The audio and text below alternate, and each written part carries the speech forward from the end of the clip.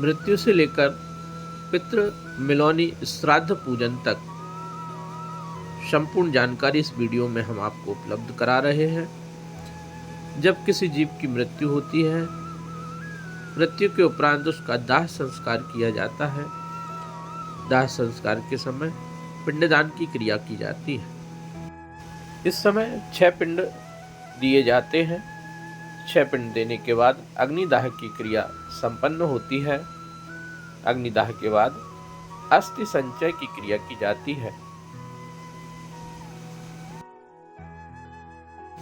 अस्थि संचय करने के बाद 10 पिंडदान प्रतिदिन किए जाते हैं अथवा 10वें दिन पिंड एक साथ दे दिए जाते हैं, जिसे 10 गात्र विधान कहा जाता है। इन 10 पिंडों से जीव के आतिवाहिक शरीर का निर्माण होता है। जब तक 10 पिंडदान नहीं होते तब तक जीव वायु रूप में ही रहता है, इसलिए 10 पिंडदान करना आवश्यक होता है। 10 पिंडदान के बाद 6 और 10 मिलाकर 16 पिंड हो जाते हैं, जिसे मलिन षोडशी कहा जाता है। 10 गात्र पिंडदान की समाप्ति के बाद मुंडन करने का विधान है। उसके बाद घर की साफ सफाई आदि की क्रिया होती है तथा गरुड़ पुराण का पाठ सुना जाता है।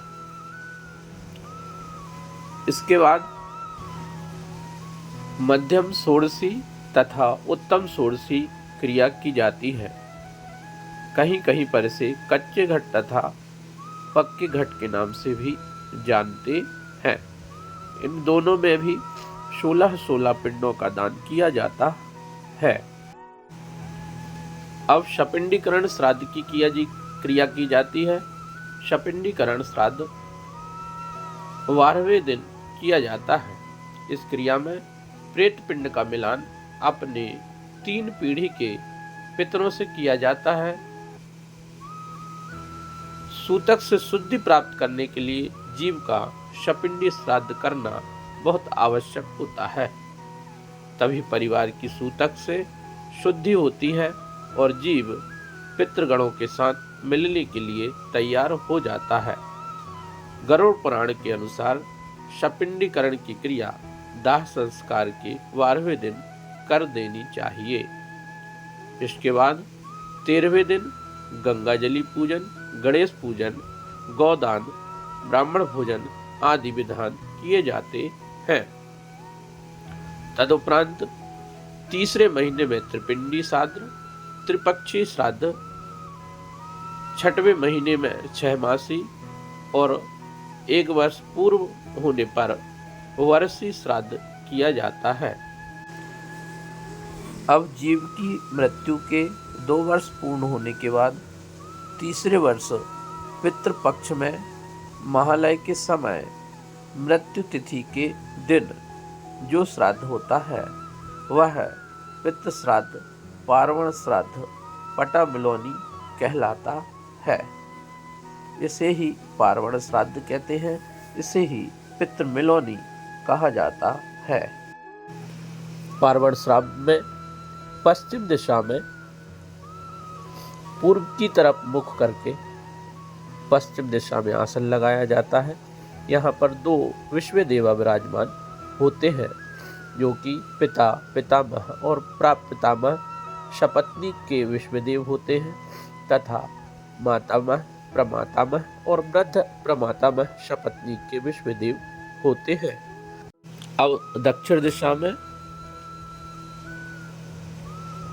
मातामह शपथनीक, प्रमातामह शपथनीक तथा वृद्ध प्रमातामह शपथनीक और पिता शपथनीक, पितामह शपथनीक और प्रपितामह शपथनीक के आसन लगाए जाते हैं।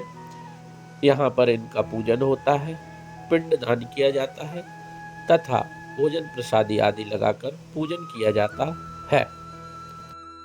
पार्वण श्राद्ध में इस प्रकार 6 पिंडदान करने के बाद, पूजन करने के बाद गौदान, अन्नदान, वस्त्रदान आदि किया जाता है। फिर हवन करने के बाद पिंड विसर्जन के उपरांत हाथ पैर धोकर या स्नान करके पितरों के निमित्त तर्पण का कार्य किया जाता है। पितृ तर्पण जल देने की क्रिया पूर्ण होने के बाद भगवान गणेश का पूजन और उसके बाद ब्राह्मण भोजन, दक्षिणा दान आदि का कार्य किया जाता है।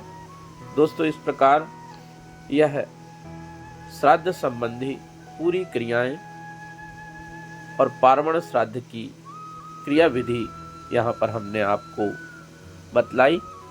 हमारा वीडियो पसंद आए तो इसे लाइक, शेयर और सब्सक्राइब जरूर कीजिए।